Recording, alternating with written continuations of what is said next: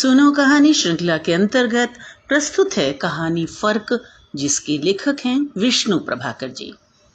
उस दिन मन में इच्छा हुई कि भारत और पाक के बीच की सीमा रेखा को देखा जाए।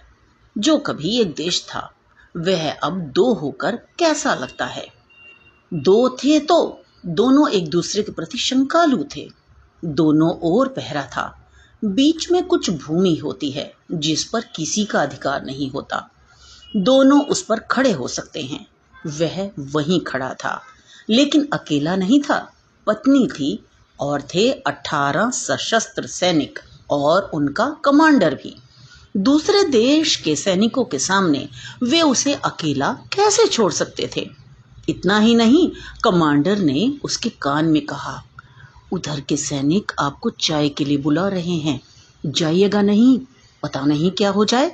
आपकी पत्नी साथ में है और फिर कल हमने उनके 6 तस्कर मार डाले थे।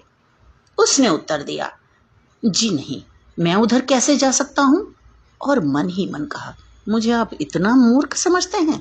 मैं इंसान अपने पराये में भेद करना जानता हूँ। इतना विवेक मुझ में है। यह सब सोच ही रहा था कि सचमुच उधर के सैनिक वहां आ पहुंचे। रोबीले पठान थे। बड़े तपाक से हाथ मिलाया। उस दिन ईद थी।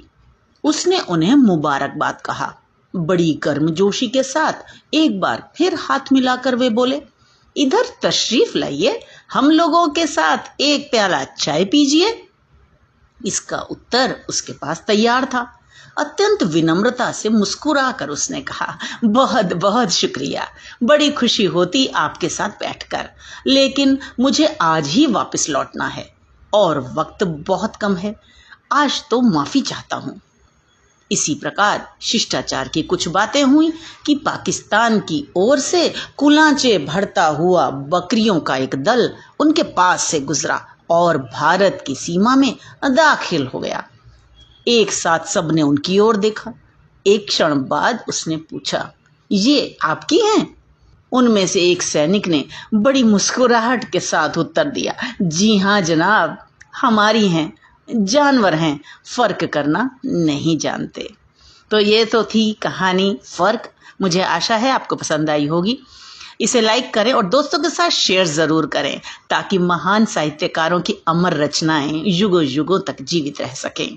और सब्सक्राइब अगर नहीं किया है तो तुरंत सब्सक्राइब करें। मिलते हैं अगली कहानी में।